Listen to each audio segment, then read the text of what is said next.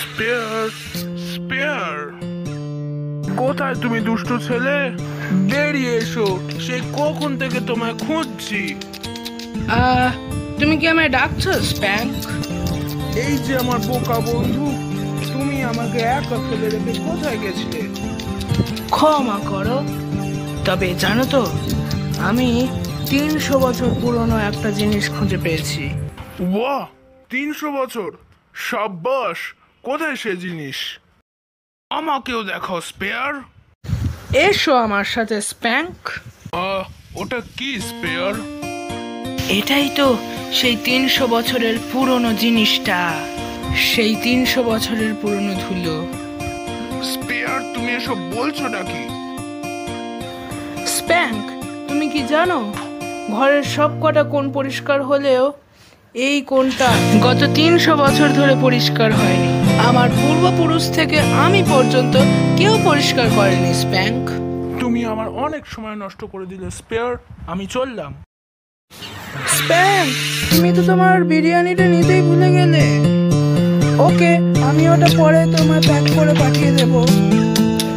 আবার দেখা হবে আমার বন্ধু স্প্যাঙ্ক। এখন এই ব্যাংকের রাস্তাটা যে কোথায় পাবো, কাকে জিজ্ঞেস করি? এই তো স্পেয়ার, তুমি কি ব্যাংকের রাস্তাটা কোথায় বলতে পারো? সাউথ সাইডের রাস্তাটা ক্রস করো, তারপর ইস্টের দিকে হাঁটতে থাকো। 3খানা অ্যাপার্টমেন্টের পরে এবং 4খানা গাছ পেরোনোর পর তুমি তোমার ব্যাংক পেয়ে যাবে। ক্রবি, থ্যাংক ইউ স্পেয়ার, আবার পরে দেখা হবে। ওকে, তাহলে সেই পথ মতোই এগোতে থাকো। আবার দেখা হবে স্পেয়ার। ওপস, অল্পের জন্য বেঁচে গেছি। হ্যাঁ, তাহলে আমি বরং একটু চকলেট ফ্যাক্টরি থেকে ঘুরে আসি। আমি ভাবছি এই 300 বছরের পুরনো ধুলোর কথাটা চার্লি স্যারকে বলবো। উনি তো পুরো বিস্মিত হয়ে যাবেন।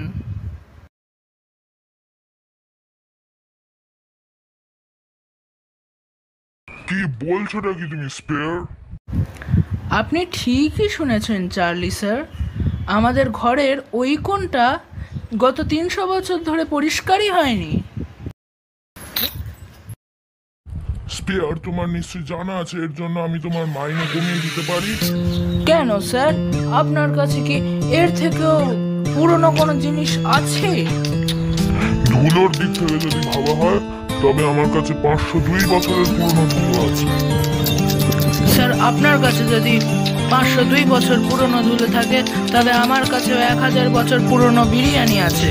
এছাড়াও আমার কাছে আছে 10,000 বছর পুরনো সিগাল স্টিউ, এমনকি 10 কোটি বছর পুরনো পেট্রোলও আছে আমার বাড়িতে। আপনাদের বাড়িতে আর কি আছে স্যার?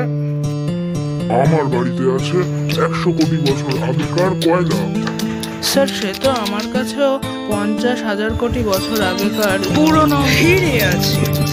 স্যার, এত বছর পুরনো জিনিস খুঁজে পাওয়ার জন্য আমাকে তো বোধহয় অ্যাওয়ার্ড দেওয়া উচিত, তাই না স্যার?